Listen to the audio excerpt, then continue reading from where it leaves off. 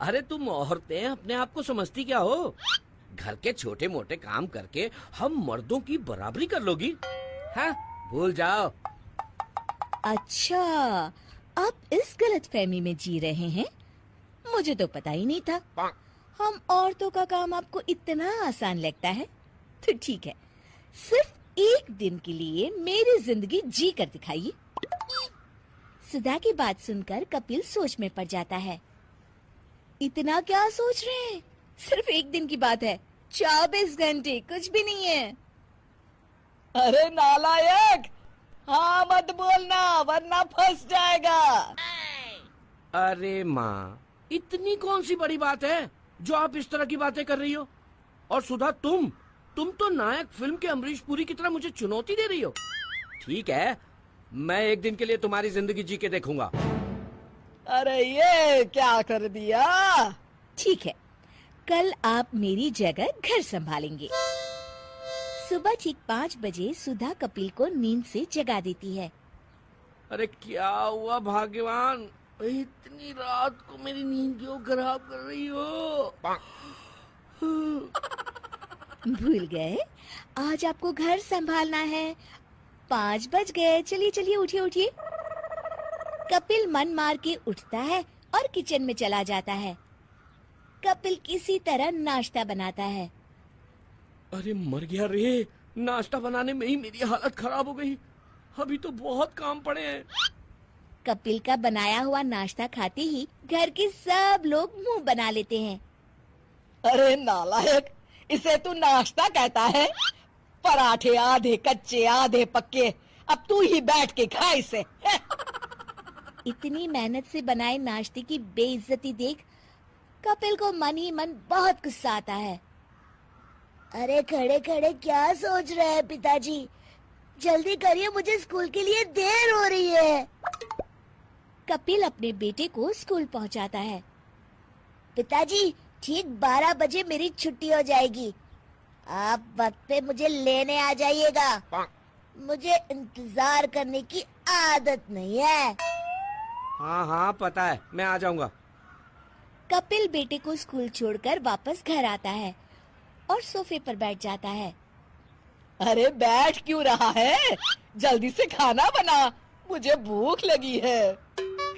अरे माँ। लेकिन अगले ही पल कपिल की जुबान पर ताला लग जाता है।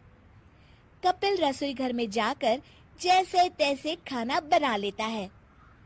कपिल की माँ खाना देखकर मुंह बना लेती है। मुंह क्या बना रही हो माँ?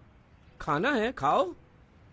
अरे नालायक, इसे खाना कह के खाने की बेइज्जती मत कर। तू तो बड़ी बड़ी डींगे हाँक रहा था, अब आई है कल ठिकाने। कुछ समय बाद कपिल की नजर दीवार पर टंगी घड़ी पर पड़ती है। अरे ये क्या, 12 बजने वाले हैं। मोंटी को लेने स्कूल जाना पड़ेगा। अरे कहाँ भागा जा रहा है? मुझे दाल तो देते जा। अरे खुद ले लो माँ, अभी टाइम नहीं है। स्कूल पहुंचकर, क्या पिताजी, बड़ी देर कर दी, मैं कब से यहाँ खड़ा हूँ। हाँ हाँ पता है, चल चुपचाप बैठ गाड़ी में। घर संभालते संभालते शाम तक कपिल के होश ठिकाने आ जाते हैं। शाम को बाजार से सब्जी वगैरह लेने में कपिल को उसकी नानी याद आ जाती है। अरे क्या साहब, इतनी देर से खड़े मेरी सब्जियों को घूर रहे हैं।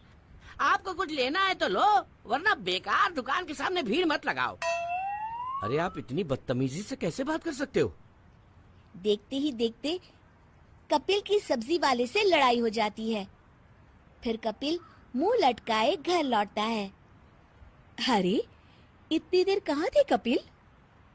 पिताजी, सब्जी में क्या लाए हैं? मुझे पनीर की सब्जी खाना है, पनीर की। अरे अब पनीर कहाँ से लाऊं? जो घर में है वो चुपचाप खा लो, बेकार की जिद मत किया करो। नहीं नहीं नहीं, मैं कुछ नहीं जानता, मैं सिर्फ पनीर खाऊंगा, पनीर। कपिल मोंटी की जिद के आगे मजबूर होकर दोबारा बाजार जाके पनीर खरीद लाता है। आखिरकार रात के 10 बज जाते हैं और सुधा घर पर आ जाती है।